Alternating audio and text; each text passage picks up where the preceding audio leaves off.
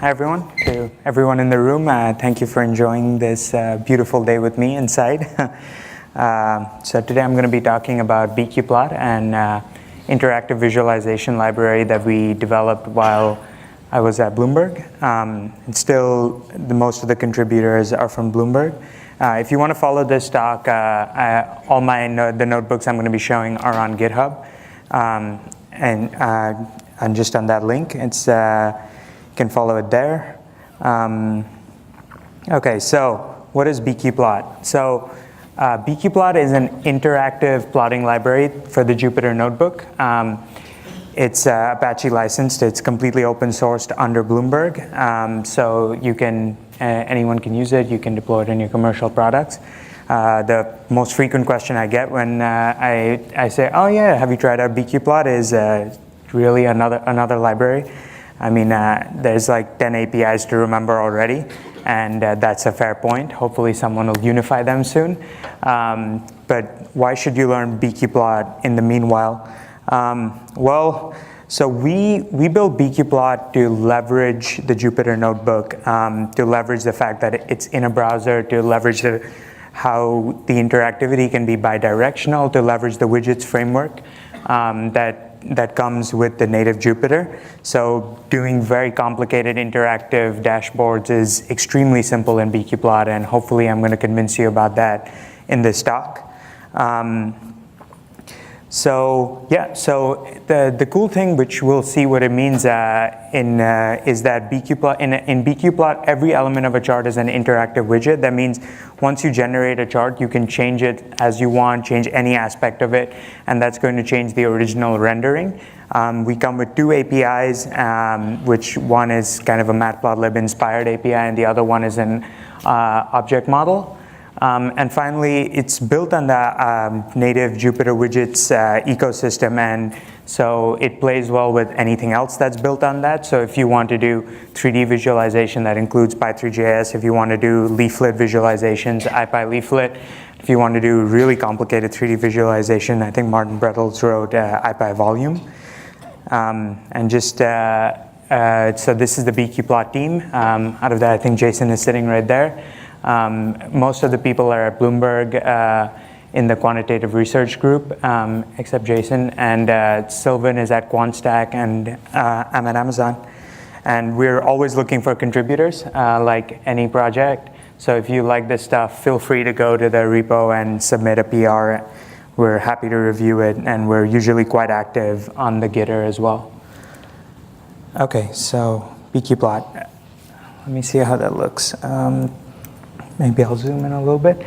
Okay, so let's start the live demo, which is always risky. So forgive me if there are any bugs. So say we have a set of data, say X data and Y data, and we wanted to plot that out. bqplot works exactly. It has an API that's inspired by matplotlib. So plotting that should be pretty simple. You just do a little scatter plot, and you have it, voila. But the cool thing about bqplot is that what's being rendered is actually a fully interactive web element. So you can zoom, pan, you can do whatever you would like. You can save the image, you can reset the zoom.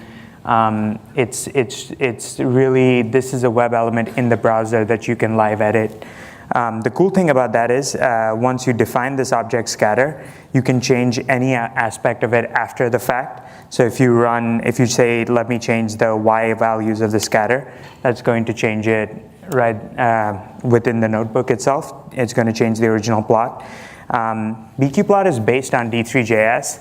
And the cool thing about that is you can leverage all the different things in D3, including animations and selections. So if you set an animation time of, say, 500, and then you change the plot. So each time you change the plot, you're going to see that the plot is going to animate as pretty much any D3 visualization would. So you can change the colors, and it's going to make it red. You can change the marker. It's going to make it diamonds if you want. The thing that makes bqplot really powerful, the reason that you can build fully interactive applications from it, is that if you define a function foo in Python, you can actually say through the magic of traitlets that for my scatter plot, I want to observe the function foo whenever the y values are changed. Okay? What does that mean? That means that, say we set the enable move property to be true. That means that every time we take a point and we move it, foo is going to be called. So it's truly bidirectional in the sense that yeah. So if you change the function, it's going to it's going to give you let's print what it sends to you. So in that case, you can just, what it's going to send to you is, oops, I messed something up. Never do a live demo. That is really the greatest risk you can take. It's going to send to you the object that it's going to tell you which indices were changed and what the values of the data points that were changed were. So that's not the only API that bqplot comes with. It comes with an object model too, which really respects the kind of grammar of graphics paradigm, which means that when you construct a chart, you construct it from all the different elements like a scale, an axis, a marker, and finally you compose all of that into a figure. So in bqplot comes with these set of objects that are called scales. There are many different types. In this case, we pick a linear scale. We import the object called scatter. We pass the scales to the scatter so that it knows what's going on.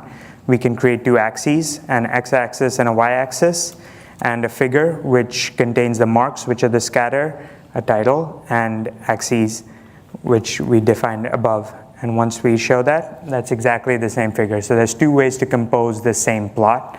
The good thing about this is that, well, you can do this in the other API as well, but you can say you have a set of color data, say this was a stock price and you'd bought it or sold it at a certain time. You can define color data, which would be a NumPy array in this case, just zeros and ones for when you bought and sold it. Scales don't only apply to the x and y axis, they can also apply to colors. So you can set the scales to be, you can just add a color scale in this case and set the color to be the color data. That's going to color the entire plot based on the data that you passed it. So you can, basically you can color, or you can use the color as an extra dimension to represent one more aspect of your data. If you use the bars, so if you want to compose many different charts on a single figure, all you have to do is make sure that they share the same scales, and then just add them to the figure. And once you do that, you have pretty much you can do an arbitrarily complicated graph, no problem at all. So if you guys do want to look at the different marks that the markers or the types of plots that we support, the bqplot examples are a great place to go. We have bars, candles, graphs, now grid heat maps, histograms, lines, bars, pretty much everything that you want to do. We also have geoplotting, some of the best that I thought. So let's try that. So if you, in this case, if I have a data file which contains the results from the 2008 elections county-wise, I import a scale which is a geo scale, like say Albers USA, and I just pass into plt.geo this. I just say generate a US counties map for me. You can pass an arbitrary GeoJSON file there, and I pass the color to it. The cool thing is you can define a tooltip. bqplot comes with a tooltip object, so I'm asking it to look at the fields ID, name, and color. So, and you can we're calling them something else. So once you do that, if you display it, you get a full choropleth, like one of those 538 maps. And if you hover over any one of them, it displays the data that you requested for it. So all of this is on the Python side, no JavaScript necessary. I think we're missing Alaska data. The cool thing is, actually the tooltip doesn't need to be this tooltip object. it can be anything that's basically an IPython widget. So actually, a figure is an IPython widget. So why don't we try that? We're just going to make the tooltip, instead of making it a regular tooltip, we can make it a full-scale. Oops, I didn't set it. Counting math. Not sure what's going on here.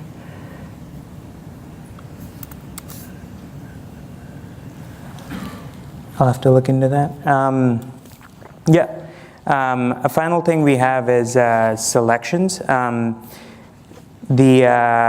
bqplot also incorporates D3's notion of selection, which means that when you select a point, it's going to know that you've selected them. You can select a lot of different points. So the selected is a trait, so that means that you can, so say I have the, it knows which points have been selected on that particular graph. You can observe the selected, so when selected is changed, you can print it out. So selected is also a trait that you can control. So if you selected this or that, it knows which ones are being selected, and that's the data that your function is going to be getting.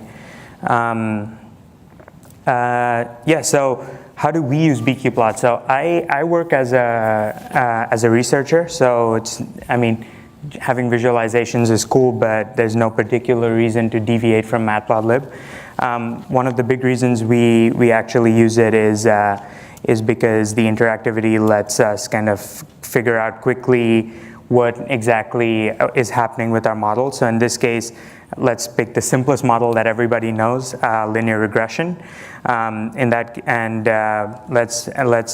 say that we observe whenever the y is changed, we're going to observe this function, which is going to calibrate the linear regression and change the line. So you see, as you move it, the line is going to recalibrate and change according to the point. So you can actually physically see what happens if your data had been changed a little. It's kind of like a visual derivative. So every time you change a point, basically it recalibrates the regression. So you can see how an outlier might affect it, or you can add points or remove points, and that will work as well. So as I was saying earlier, one of the great things about bqplot is that it's built along with it's built on the ipywidgets framework. That means that any library that's built on the ipywidgets framework can be leveraged, including the ipywidgets. So in this case, we're going to look at something simple. We're just going to build an int slider, which is an object that ipywidgets provides to control the order of a polynomial. And we're going to say that anytime the value of the slider is changed, you're going to call this function params_change, which just refits the polynomial regression on the points that have been generated. So in this case, you have a first order polynomial. You can increase the order. It's going to be a second order polynomial. You can keep increasing it, and the method is going to keep fitting. And you see, gradually you start overfitting the data. That's kind of how we use bqplot. We were a team of researchers that built it, so we really built it with kind of data science and basically research in mind. And the hope is that you can use it to kind of understand your model better, understand your data better, especially now that data is growing rather fast, and hopefully the interactivity can help you with that. So one of our favorite examples is in data visualization is the Wealth of Nations.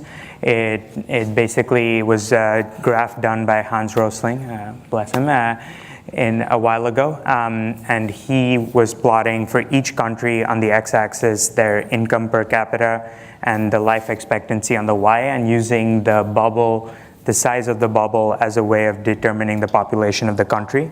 In bqplot, that's super simple to do because everything is in Python. So we're just going to read the original JSON file. We're going to clean it so that if there are very few points, we don't really want to show that. And we're going to generate, and a lot of countries have missing days, so we're going to linearly interpolate between those dates for both the income, life expectancy and population. So we do that here.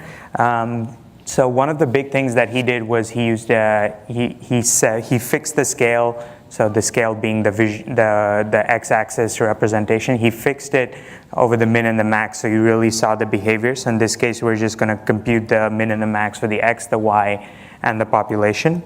We'll define a function that's going to get us the data for each year that we want to choose. So the first thing we do is we define a tooltip. We pick the fields. So in the case, since we're going to do a scatter plot, we want the name, the x, and the y. So that's going to be the country name, the income per capita, and the life expectancy. We're going to have a label because the way Mike Bostock did it, I believe, is or Gapminder did it. Yeah, they put the x and the y. They put a little label for the year in the bottom. So we're going to try to recreate that. After that, we're going to have a log scale on the x-axis since income is actually grown exponentially.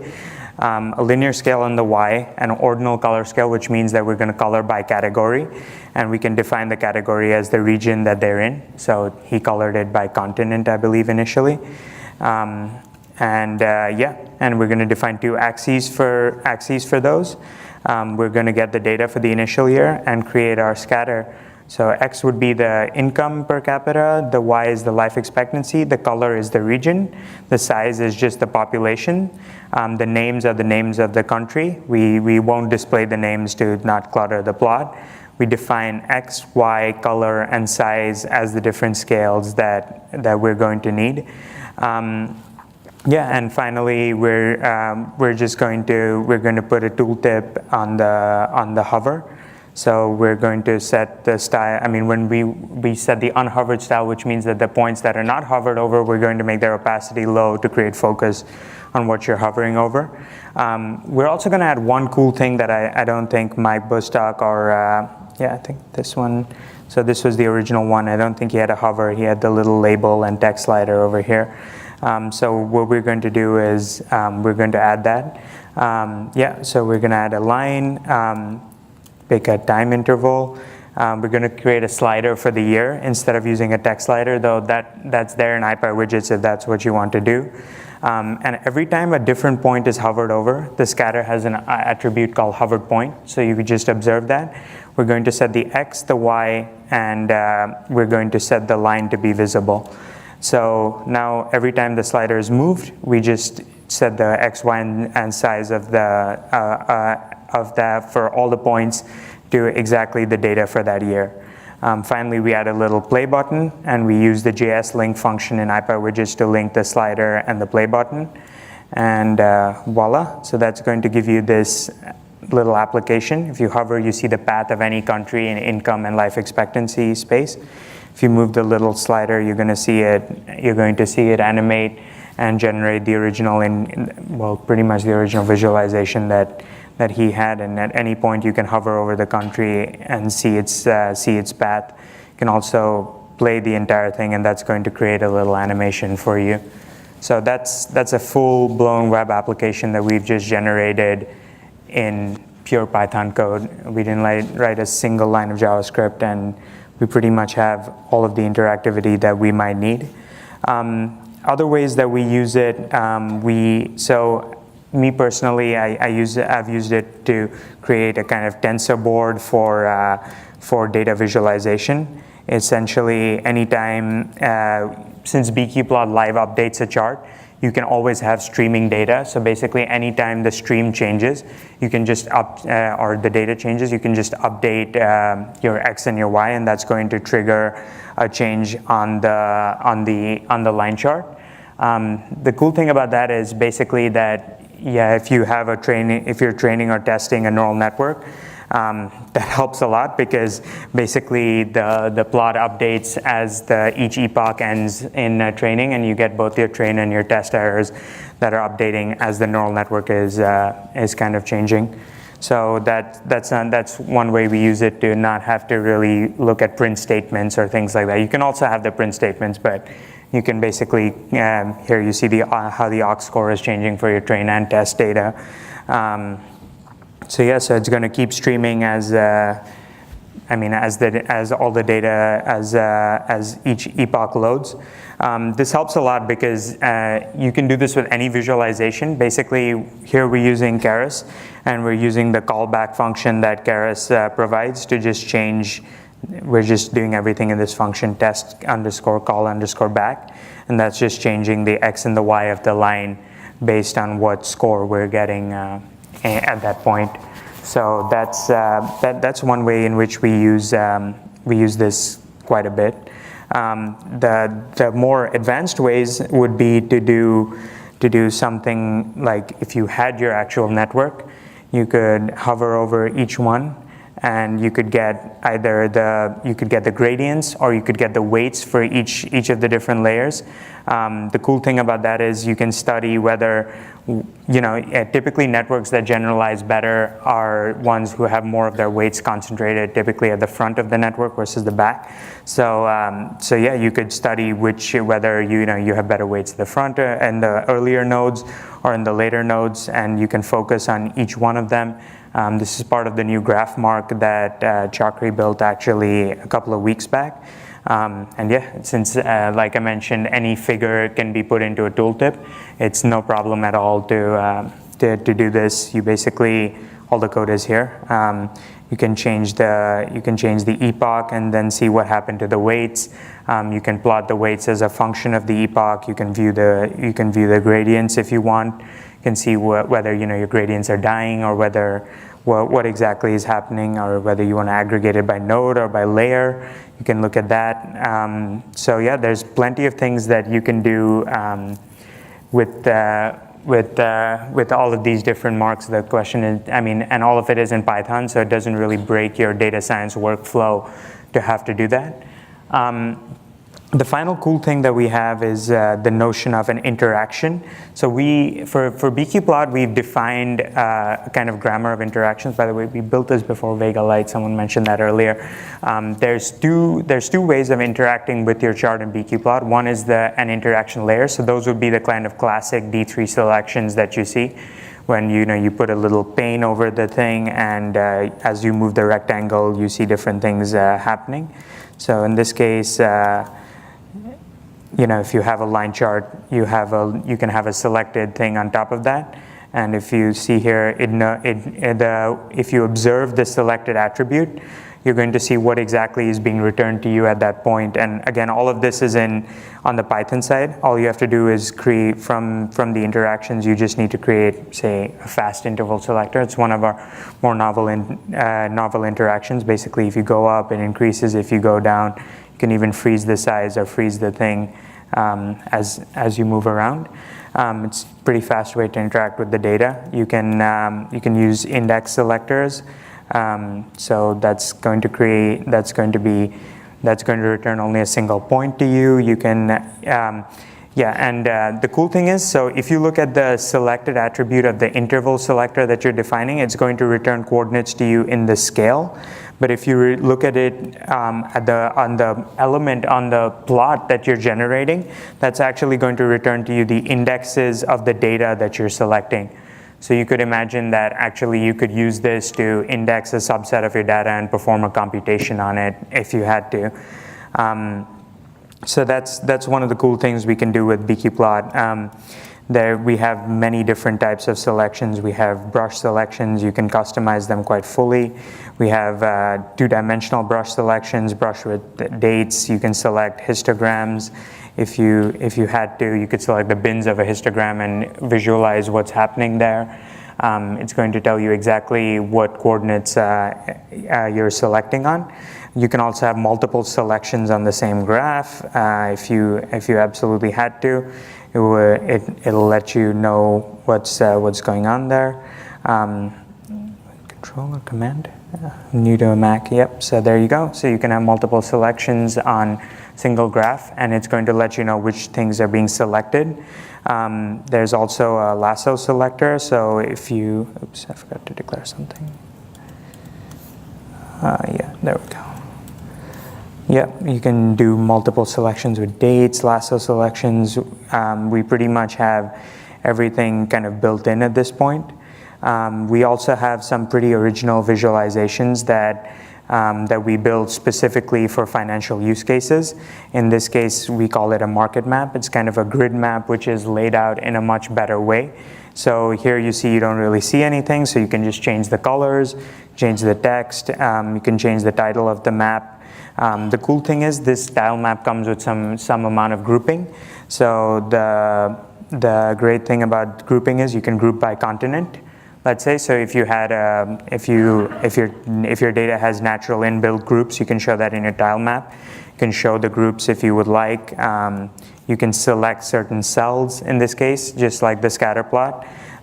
You can also change what you see when you're selecting those cells. You can also, the cool thing is you can use that as a kind of a pseudo choropleth. So in this case, we're going to color by the GDP of the country. And here you can see that that's going to generate kind of a mini choropleth where the countries with the highest GDP are the darker colors and the ones that have the lowest GDP are lighter. You can add a widget as a tooltip. So you can have the historical GDP of a country based on whether you hover over it or not. So here, if we hover over Andorra, that's the historical time series for Andorra. For Bulgaria, I mean, it's a pretty fast way to visualize all your data, especially if you have a time series for each of your different data indexes. And it's super easy to do. Basically, you just look at which symbol was hovered over, and you change an aspect of the line, and you change the title of the figure. That's all we're doing right here. We're declaring a market map. We have a tooltip, which is a figure. And basically, there's the market map has a method called onHover, and for that we call this function hover handler. In that we just get which element is being hovered over. We get the data for that element, and we set that to be the Y of the line, and the name of the country to be the title of the figure. So with just that much, you can pretty much have something quite complicated like this. So that's those are some of the benefits that we see in terms of using bqplot. We also provide a lot of different mark interactions. If the idea is if what you want is for people to interact with your plots directly, so you can select on a scatter chart.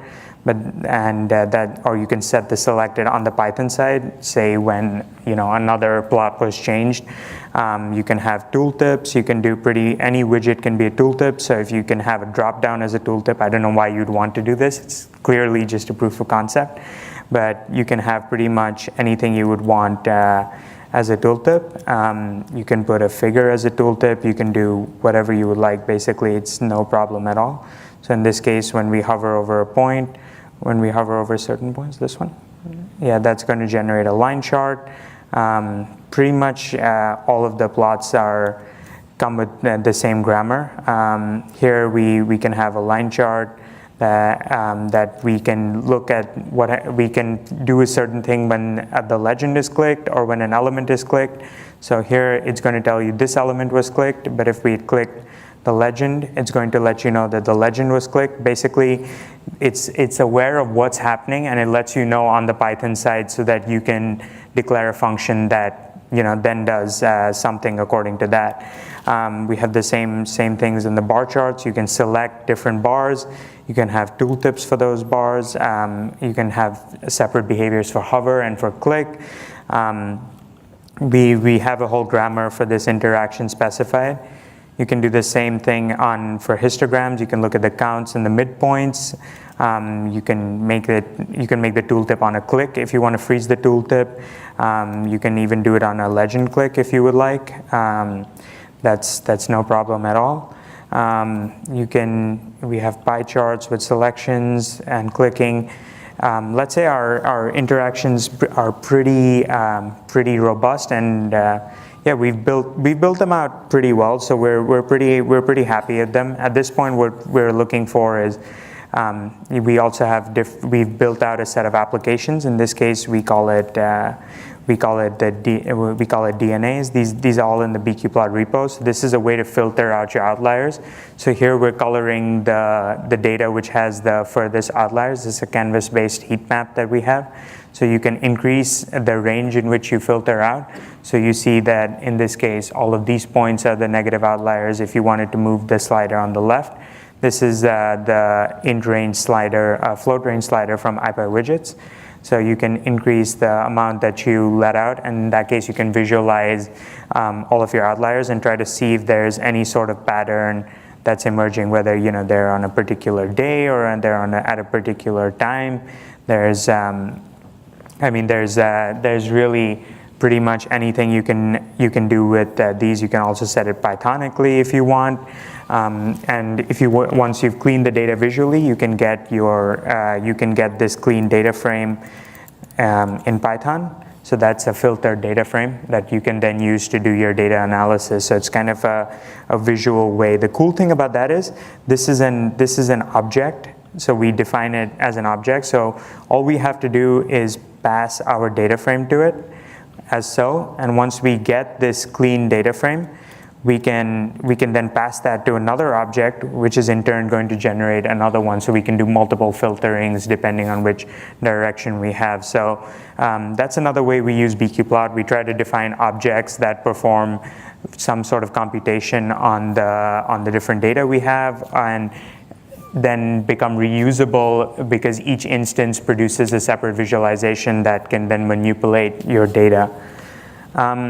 Yeah, that's kind of that's the start of my talk. I wanted to leave some time for questions, if anyone has any.